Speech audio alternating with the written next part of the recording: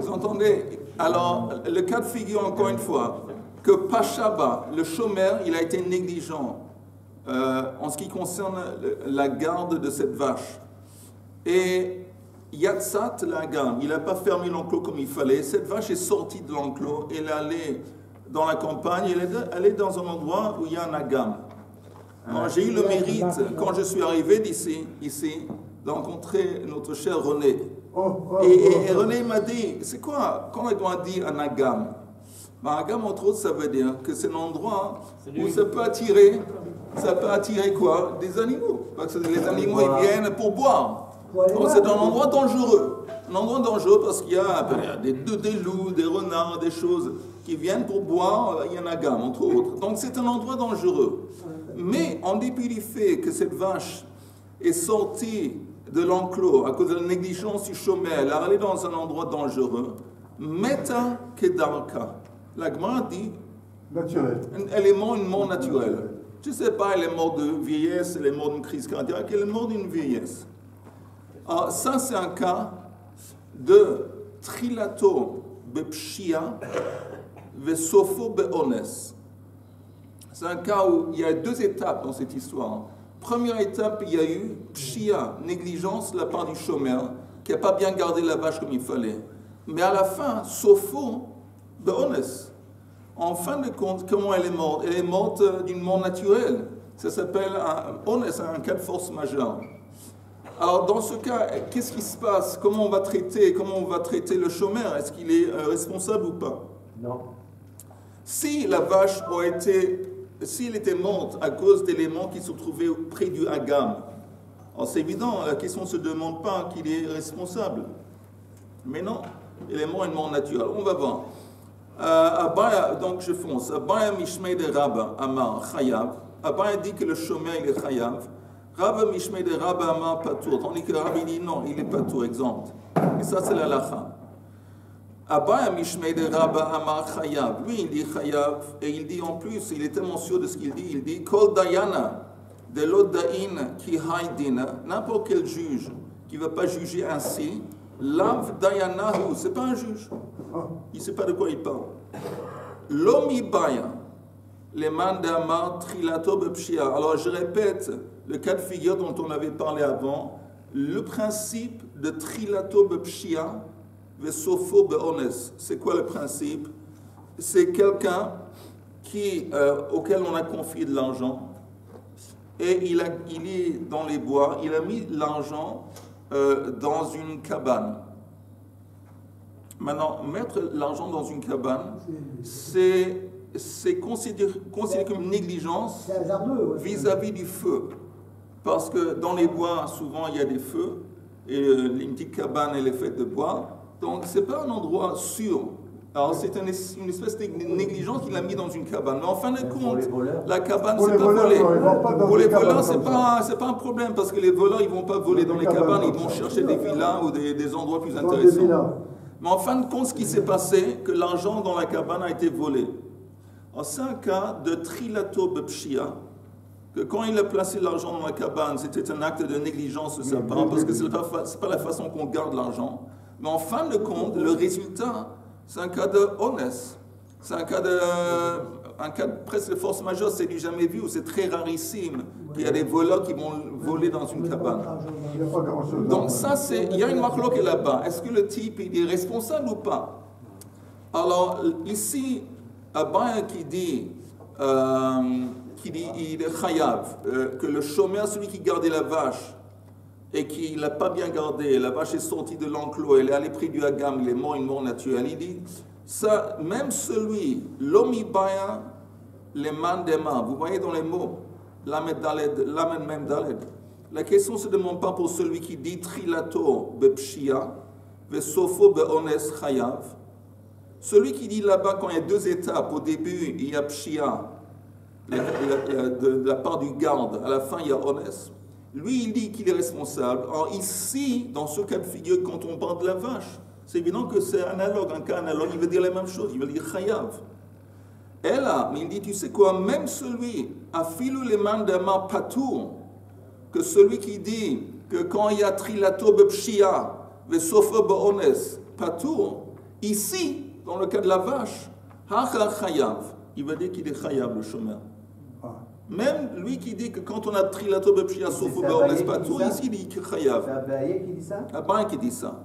Pourquoi? Maïtama de Amrinan Havla de Agma Katla. Parce qu'on dit tout de même qu'il y a peut-être Havla, Hevel, c'est comme une humidité qui dégage de l'eau. Et c'est l'humidité qui a entraîné la mort de cette vache. C'est-à-dire qu'il y a eu des conditions qui étaient présentes à l'endroit où la vache se trouvait. Et ces conditions ont impacté, ont engendré la mort de la vache. Donc il dit, ici il va dire qu'ici il est chayav. Donc tout le monde va dire qu'il est chayav. Ça c'est le point de vue de Abaye. Non, de l'autre, hein? Je peux dire un mot. Oui, si c'est un mot, oui. Mais seulement un mot. Il y a deux choses. On va prendre l'exemple. C'est déjà 5 mots. On va prendre l'exemple du chômeur. Il met l'argent ou la vache, bon, un endroit clos, super, bien fermé. Simplement, il se passe quelque chose on va dire, qui n'est pas naturel, qui n'est pas habituel, on va dire. Le feu, ou autre chose. Ou un grand vent qui ouvre les portes, détruit l'enclos, je ne sais quoi. C'est pas notre cas. Mais là, il y a deux choses. Mais c'est pas notre cas. J'étais attentif à garder cette... Richard, j'ai entendu l'histoire, mais c'est pas notre cas. Parce que nous, le point de départ de notre... On nous présente... Attends. De la cabane. Écoute, moi je te parle de pommes, et toi tu me réponds d'orange. C'est des cas différents. Le cas de figure dont on traite... Qui est parti de la cabane. Non. Oui. Au Canada. Tu entends. Notre sujet, encore une fois, il est simple. C'est, tu entends Richard, c'est Trilato Bepshia. On a le début de l'histoire, c'est une histoire de négligence de la part du chômeur. Voilà. Alors, quand il a mis la vache dans l'enclos, le mouton, la vache, il était négligent. Donc, ce n'est pas ton cas. Il était négligent. Mais la conséquence de sa négligence, c'est que si l'animal est sorti dans la campagne, s'il aurait été mangé, dévoré par des animaux sauvages, c'est une conséquence directe du fait qu'elle est sortie de l'enclos. Mais en fin de compte, elle est sortie de l'enclos, mais elle est morte une mort naturelle. Et ça, la mort naturelle, c'est un cas de force majeure, ça s'appelle Sopho Be'ones. Et dans ce cas de figure, on dit, bon, comme en fin de compte, la fin de cette vache, c'est une fin qui a été entraînée par un cas de force majeure, ce n'est pas vraiment lié à la négligence du chômeur. Ça, c'est le sujet dont on parle. Est-ce que ce monsieur, le chômeur, est-ce qu'il est responsable ou pas? C'est tout. Alors, le cas de figure, encore une fois, la marloquette, c'est sur le scénario, sur le type qui met de l'argent dans une cabane, dans le truc. Mais ici, on fait le rapport aussi avec la vache qui sort près du lac. Elle est morte une mort naturelle. Alors maintenant, l'autre opinion, c'est l'opinion de Rav qui dit qu'il est exempt. Rav Mishmei de Rabba, Amar Patour. Encore une fois, Kol Dayana de l'Odain qui haïdina, n'importe quel juge qui ne veut pas juger ainsi, Lav Dayanahu, ce n'est pas un juge. L'homme la question ne se demande pas, selon celui qui dit là-bas dans le cas de la cabane, Trilato Bepshia, Vesofo Be'ones Patour, des Patour.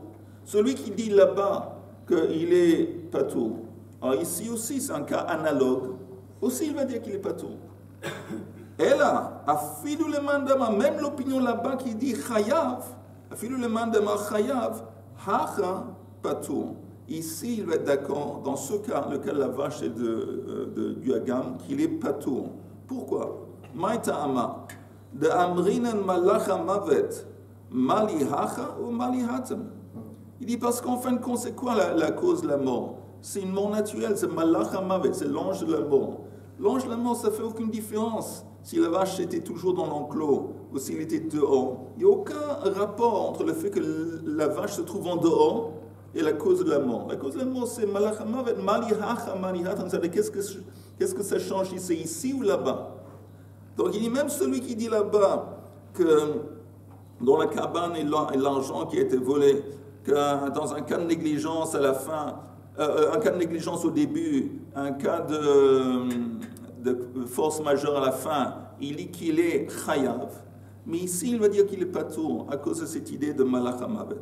Ça, c'est les deux opinions, Abaye et Rabba.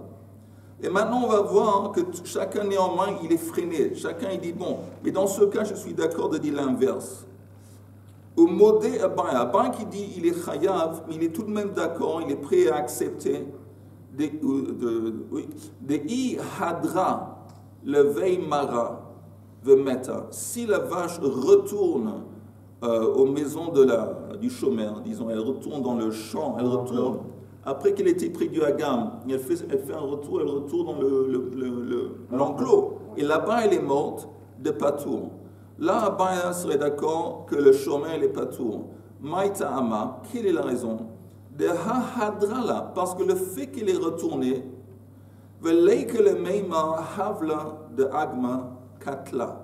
On ne peut pas dire que c'est les vapeurs du lac qui ont entraîné la mort, parce que s'il a eu la force, cette vache, de retourner jusqu'à l'enclos, ça veut dire que ce n'est pas quelque chose qui est lié au lac qui a entraîné la mort de la vache. Oui, René. Alors, on peut dire aussi, puisque vous avez dit tout à l'heure il y a des animaux, parce qu'il y a de l'eau douce, qui peuvent venir boire et tout ça. Et puis, il y a peut-être, je ne sais pas, un animal très, très dangereux, il a couru après la vache. Et la vache, il l'a suivi, et puis la vache, elle est arrivée à l'enclos, et puis elle est essoufflée. Elle est essoufflée, elle est tombée.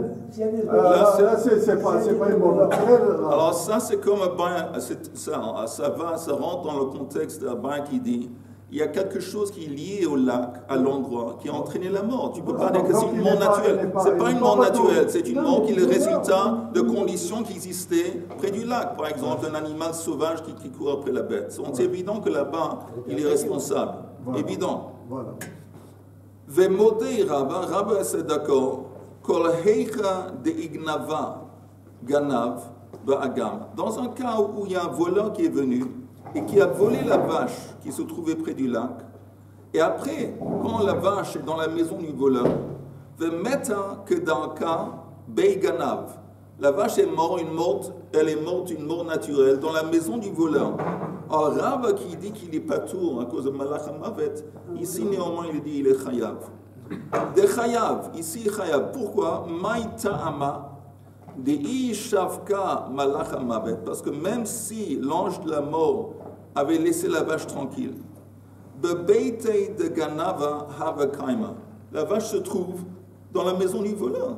De toute façon, elle est, quoi que ce soit, elle est prise, alors là, il dit c'est différent, parce que même côté l'ange de la mort, le fait qu'elle a été emparée, saisie par le voleur, ça veut dire que, pourquoi il y a un voleur? Parce qu'elle était dehors. Pourquoi elle est dehors? À cause de la négligence du chômeur. Donc là, il est chayav.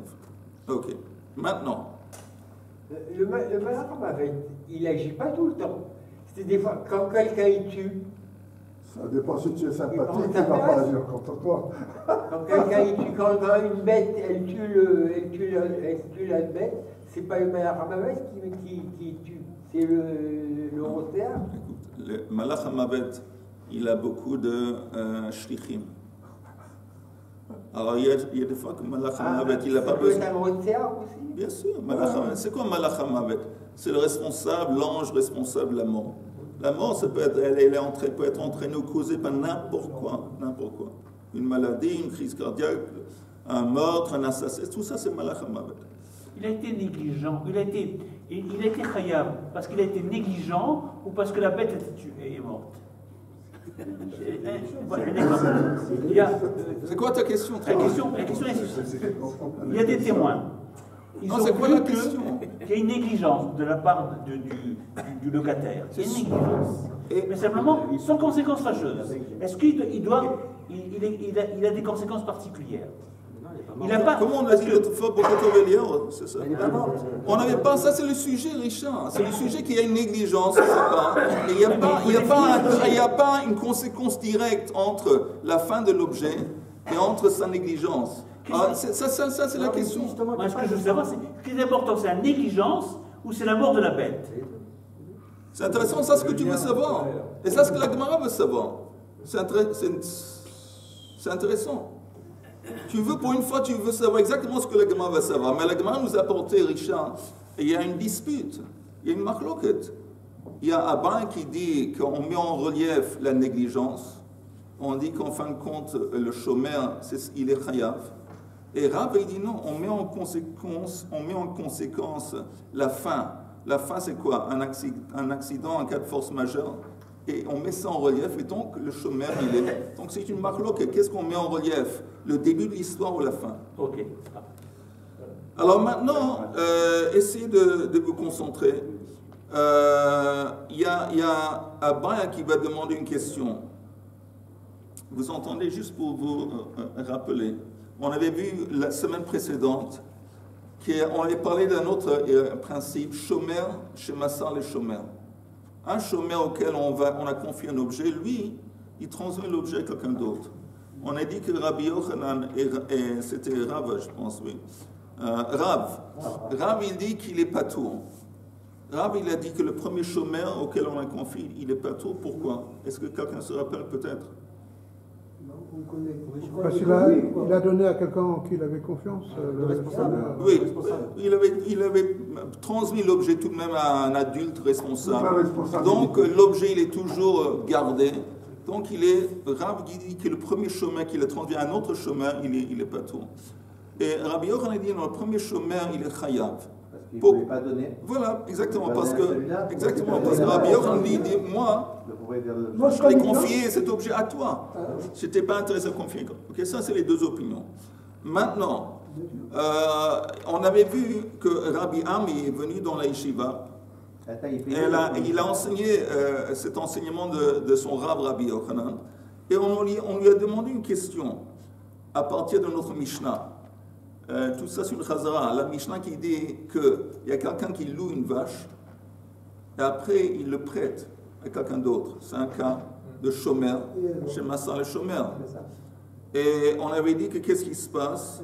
Que celui qui loue la vache ou a loué la vache, il prend serment et il est plus chayav, il est maintenant exempt vis-à-vis du propriétaire. Tandis que celui qui a emprunté la vache, il doit une vache à celui qui l'a loué. Alors, c'est comme un appartement attends. Qui a loué un sous-locataire. Oui, mais en Lagma, avant, on avait dit, on avait apporté une kushia. Pourquoi c'est pas écrit que le loueur, selon Rabbi Yochanan, il est fautif? Parce que le loueur, celui qui a loué la vache, c'est le chômeur, chez Massar, le chômeur, il est fautif. Alors comment veux-tu créer un scénario où l'emprunteur il paye la vache, le montant de la vache à celui qui l'a loué? Celui qui l'a loué, selon Rabbi Yochanan, il a eu tort, il n'a pas eu le droit de transmettre ça à quelqu'un d'autre. Si c'est comme ça, c'est évident que l'emprunteur, quand il repaye l'argent, la valeur de la vache, il doit repayer pas à celui qui lui a prêté, pas à celui qui a loué la vache. Il doit repayer la vache au propriétaire, selon Rabbi Yochanan. Et la Gemara s'en est sortie en disant quoi? Que c'est un cas spécial, que le propriétaire a dit à celui qui a loué la vache, je t'autorise à si tu veux, à le prêter à quelqu'un d'autre. Alors même s'il a eu l'autorisation de le prêter à quelqu'un d'autre, même Rabbi Yochanan serait d'accord. Ça, c'est ce qu'on avait dit. Maintenant, si on retourne à notre Gemara ici, Amar le Abaya, vous l'avez dans les mots. Amar le Abaya le Rabba. Abaya s'adresse à Rabba. Rabba, c'est celui qui dit que Malach Amaret, Malihacha Malihatam, que si la mort a été entraînée, c'est une mort naturelle, Malach Amaret, il n'y a pas de différence en fin de compte. Si la vache était restée dans l'enclos ou s'il est dehors dans la campagne près d'un lac, il n'y a aucune différence. Alors il dit maintenant à Rabba, le didach de Amrat, Malach Amavet, Malihacha ou Malihatam, Hatam, là-bas, Hay de Otvei Rabbi Abba Bar Memel les Rabbi Ami. L'attaque de Rabbi Abba Bar Memel sur Rabbi Ami en se basant sur la Mishnah. Je répète, Rabbi Ami qui a dit, selon Rabbi Yochanan, Shomer chez Massar le Shomer, Chayav, le premier Shomer il est Chayav. Et Rabbi Abba Bar Memel il dit, mais attends, c'est faux ce que tu dis, parce que la Mishnah, elle ne dit pas comme ça, elle ne dit pas que le locataire il est Chayav. La preuve, c'est lui qui va encaisser l'argent de la part de l'emprunteur. On a répondu, comment lui il a répondu à cette attaque? Il a dit on parle d'un cas de figure où le propriétaire a accordé l'autorisation à celui qui a loué la vache, il lui a autorisé de le prêter à quelqu'un d'autre. Ça s'appelle quoi? Ça s'appelle créer un scénario. On crée un scénario, ça s'appelle ukimta. Ukimta, ça se passe, on crée des scénarios pour s'en sortir, pour expliquer. Mais si on aurait une autre option qui est plus élégante.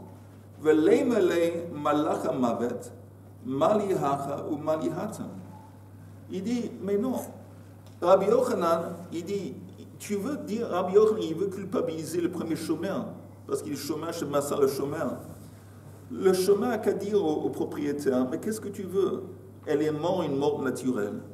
Et donc, malach hamavet, malihacha, malihatam, ça ne change rien si la vache était toujours chez moi ou chez quelqu'un d'autre.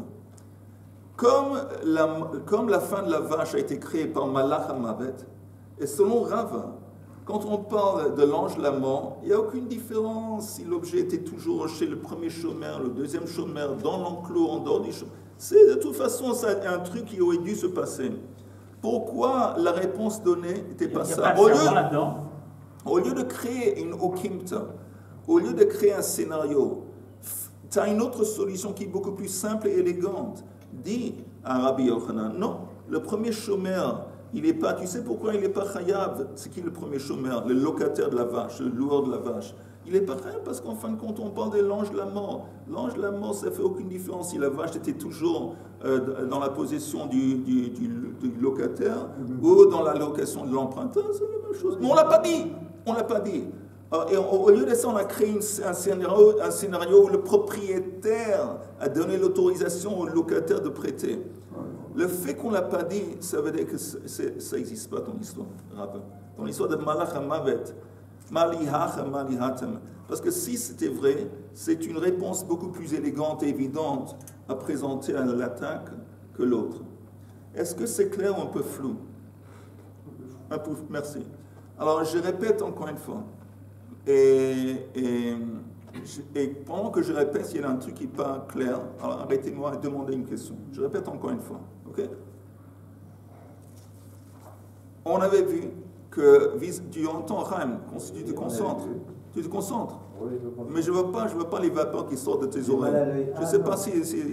Normalement, quand tu te concentres, je vois qu'il y a les vapeurs qui sortent de ton oreille. Et on a vu que chômeur chez Massar, le chômeur, une marloquette. Est-ce que le premier chômeur est responsable ou pas? Rabbi Yochanan dit il est responsable. Il est fautif. Pourquoi? Parce que le propriétaire lui dit écoute, moi je ne voulais pas, moi je l'ai confié à toi, pas à quelqu'un d'autre. On apporte une attaque à Rabbi Yochanan en se basant sur la Mishnah. Dans la Mishnah, en parlant du locataire de la vache qui a prêté la vache à un emprunteur. Et dans la Mishnah, selon la première opinion, c'est l'emprunteur qui paye le montant de la vache au locataire. Le locataire, il sort gagnant de l'histoire. Il fait un serment, il prête serment au propriétaire. Après, il empoche l'argent de la vache. On dit à Rabbi Yochanan, si c'est vrai ce que tu dis, que le premier chômeur chez Massa, le chômeur, il est fautif, alors le propriétaire pourrait se tourner vers le locataire. Il dit, tu n'as pas le droit. Tu n'as pas le droit de le prêter à quelqu'un d'autre. Donc l'argent de la vache, ça revient à moi. Alors, la réponse qui avait été donnée à cette attaque, c'est qu'on parle d'un cas spécial, il y a un scénario, un okimta, où le propriétaire a accordé l'autorisation au prêteur de le prêter à quelqu'un, a donné l'autorisation au locataire de la vache, celui qui a loué la vache, de le prêter. Ok, ça s'appelle okimta. On s'en est sorti de cette façon. Maintenant, fast forward, on arrive à maintenant Rava qui a introduit ce concept de malach hamavet, l'ange de la mort. Qu'est-ce que ça change si l'objet était ici ou là-bas? Il dit, il aurait pu répondre, au lieu de créer un scénario en disant qu'on parle d'un cas où le propriétaire a donné autorisation au loueur de la vache de le prêter à qui qu'il veut, il aurait pu dire simplement, tu sais quoi, je ne suis pas fautif dans ce cas Rabbi Yochanan.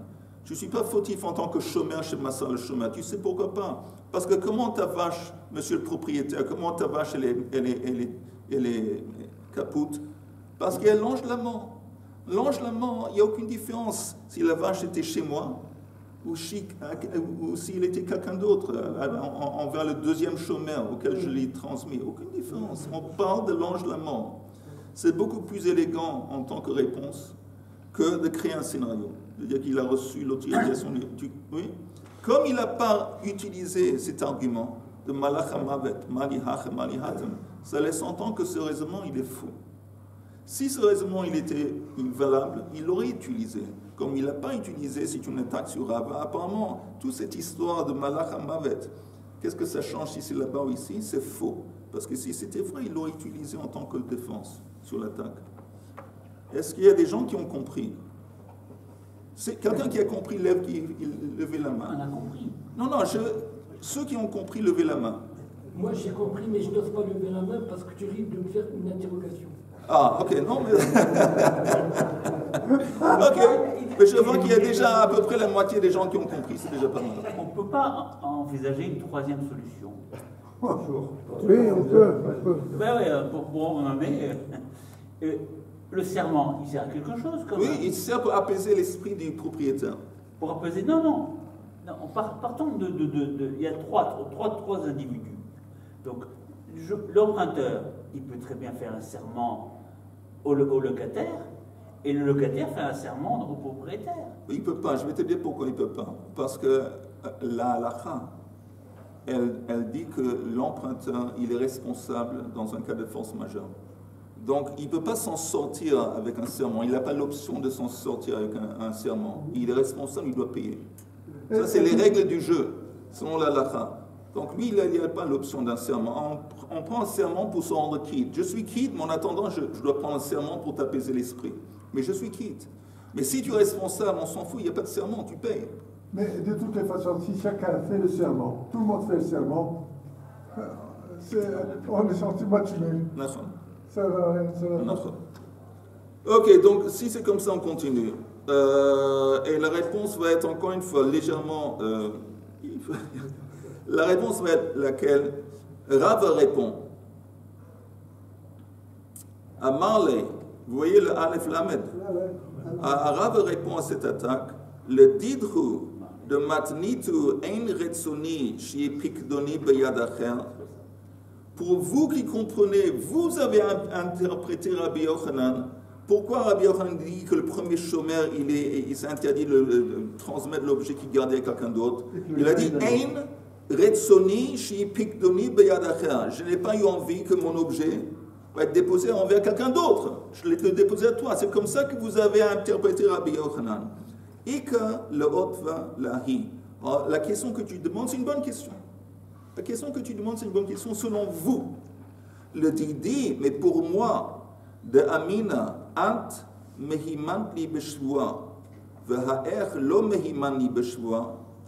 Moi, j'ai interprété Rabbi Yochanan d'une façon différente. Maintenant, vous savez quoi? J'ai interprété Rabbi Yochanan d'une façon différente. Si vous regardez en haut de la page, 10 lignes d'en haut de la page, 1, 2, 3, 4, 5, 6, 7, 8, 9, 10. 10 lignes d'en haut de la page. Et on dit, chômeur, chez Massar le chômeur, Sachar, Chayav, Maïtama, d'Amar le At Mehiman li Beshua, Ha'er lo Mehiman li Beshua. Pourquoi Rabbi Yochanan dit, selon cette opinion, que le premier chômeur, il est Chayav? Parce que le premier chômeur auquel on a confié l'objet, le propriétaire dit, moi, je crois dans ton serment. J'ai confiance en ton serment. Donc, je suis tête tranquille. Et si quelque chose se passe et tu prêtes serment, je suis vraiment apaisé, tranquille, que je crois en ce que tu as dit. Mais un étranger que je ne connais pas, peut-être il ment. Peut-être il prend un serment en vain. Donc, ça, c'est une autre explication de Rabbi Yochanan. Selon cette explication de Rabbi Yochanan, Rav est en train de dire que moi, je n'ai pas de problème, il n'y a même pas de question. Pourquoi il n'y a pas de question? Parce que dans la Mishnah, qu'est-ce qui se passe dans la Mishnah du locataire de la vache qui prête la vache à quelqu'un d'autre? Il prête serment. Il prête serment au propriétaire. Il se tourne vers le propriétaire, il dit, tu sais quoi? Ta vache, elle est morte une mort naturelle. Donc, selon Rabbi Yochanan, il n'y a pas de problème. Pourquoi il n'y a pas de problème? Parce qu'en fin de compte, c'est qui prête serment? C'est la personne auquel il a déposé l'objet. Alors, il y a aucun... Toi, tu me demandes pourquoi on n'a pas réagi à l'attaque d'une meilleure façon. Mais pour moi, il n'y a même pas d'attaque. La Mishnah ne pose pas de problème sur le principe de Rabbi Yochanan. Parce que moi, je dis, je répète encore une fois, pour Rabbi Yochanan, il y a deux façons d'expliquer. Pourquoi Rabbi Yochanan, lui, il dit qu'un chômeur, chez Massar, le chômeur chayav? Une explication parce que le propriétaire dit que je n'ai pas eu envie que mon objet est déposé envers quelqu'un d'autre, je l'ai confié à toi. Ça, c'est un. L'autre explication, c'est que moi, j'ai confiance dans ton serment et pas dans le serment de quelqu'un d'autre auquel tu as transmis l'objet. Et si c'est comme ça que tu comprends Rabbi Yochanan, la Mishnah qui parle du locataire de la vache qu'il a prêté à quelqu'un d'autre, ça ne pose pas de problème. Pourquoi ça ne pose pas de problème pour Rabbi Yochanan? Parce que qui prend serment envers le propriétaire de la vache? C'est le premier chômeur. Alors si c'est le premier chômeur, il n'y a pas de problème. Et Rabbi répond, tu sais quoi, tu sais très bien ton attaque, elle est très belle ton attaque, mais ça n'a rien à faire avec moi, parce que comme je comprends Rabbi Yochanan d'une façon différente. L'histoire ne commence pas, la Mishnah ne traite pas, n'est pas une attaque sur Rabbi Yochanan, et donc je n'ai pas besoin d'expliquer pourquoi il a réagi de sa façon, il aurait dû réagir d'une façon plus élégante. Tout ça, ça ne me concerne pas. Un point. Maintenant, si vous voulez, je peux répéter ou je peux continuer. Hein? Je continue. Ok, je continue. Ok, vous allez réfléchir un petit peu.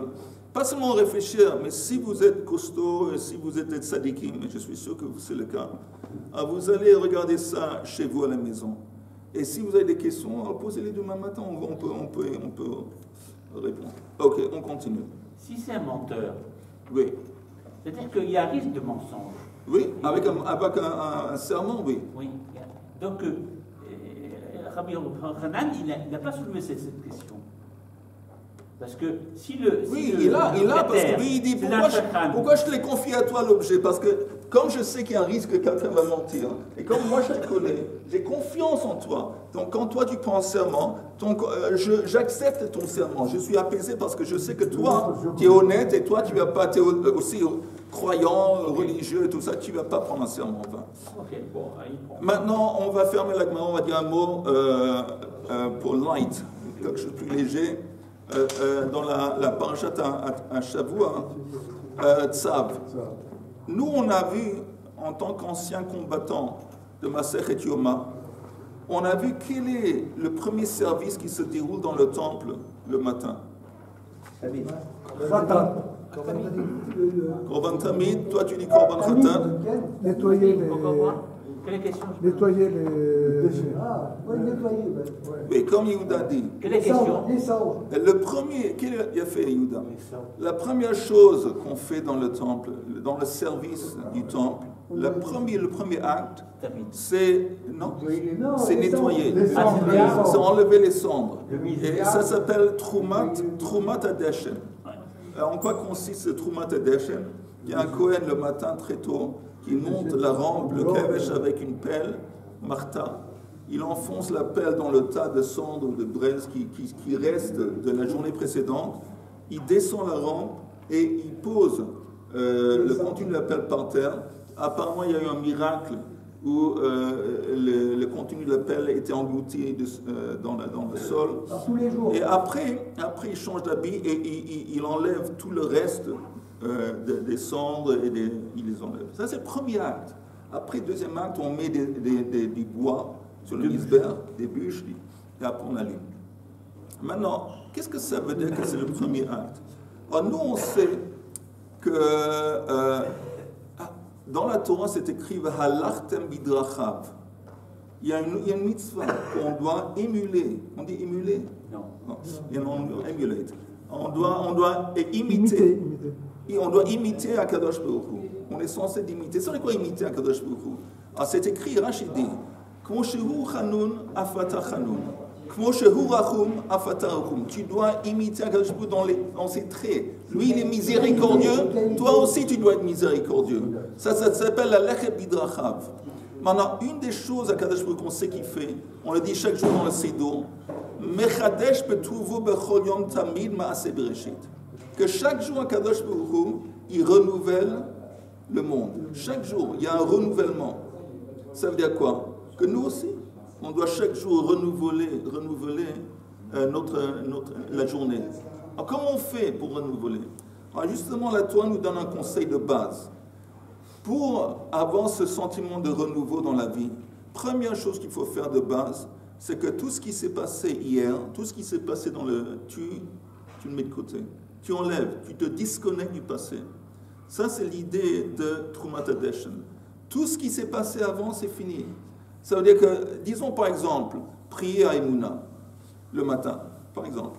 Alors, si je prie à Emouna et je ne me suis pas disconnecté du passé, alors je me dis, bon, j'étais à Emouna hier matin, j'étais à Emouna avant une semaine, avant un mois, ça fait un an, avant une année. Encore une fois, allez, Emouna prier le matin. Ok, ça fait fatigant. Mais si on dit non, je me disconnecte du passé, une nouvelle matinée, peut-être je vais aller Emouna prier le matin. Se disconnecter du passé, c'est déjà plus appétit, c'est plus attirant. Pourquoi? C'est un chidouche. Quand tu vois ce que tu fais dans le contexte d'un shigra, c'est une routine, c'est fatigant. Mais quand tu conçois et abordes ton jour en tant qu'unité indépendante, c'est une unité indépendante, c'est un cadeau, un nouveau cadeau que la Kadosh m'a donné. Comment je vais utiliser ce cadeau qui s'appelle un jour, la journée? J'ai maintenant, un Kadosh m'a donné 24 heures ou 48 heures, c'est une nouvelle unité. Comment j'ai profité de ça? Oh, j'ai prié. Je vais prier où? À Emouna. C'est sympa là-bas. Et ça, c'est une façon d'avoir un renouveau. L'autre façon, c'est qu'une des choses qui attriste ou qui enlourdit la vie, c'est qu'on tire sur nous nos transgressions. Il y a des gens, j'imagine pas vous, mais il y a des gens qui ont transgressé dans le passé et qui se sont comportés d'une façon qui n'est pas bien. Et ça alourdit. Ils portent sur eux ce fardeau, ce sentiment que je me suis vraiment mal comporté hier, avant-hier, avant une année avant, et ils traînent ça avec eux. Et c'est difficile d'arriver à un sentiment de renouveau dans cet état. On dit d'abord, ce qui s'est passé avant, tu enlèves, tu fais, comme on dit, clean slate, tu fais dafradash. Dafradash, comment on dit dafradash? Une page blanche. Tu fais page blanche. Ça, c'est l'idée de Trumat Hadeshen. Première chose que tu dois faire, page blanche. Comment on fait page blanche? Tous les restes du service que tu as passé hier, tu balayes, page blanche. Maintenant, tu commences la journée. Il n'y a rien, aujourd'hui, tu n'es aucunement connecté à ce qui s'est passé hier ou le jour avant. C'est une nouvelle histoire. Aujourd'hui, c'est une nouvelle unité. Et quand on aborde le jour de cette façon, là, on peut arriver à un renouveau. Nous-mêmes, on peut arriver à l'Echadesh, Bechol Yom Tamid Ma'aseh Bereshit. Voilà. Messieurs, comme toujours, un honneur d'être avec vous. Et aussi un plaisir.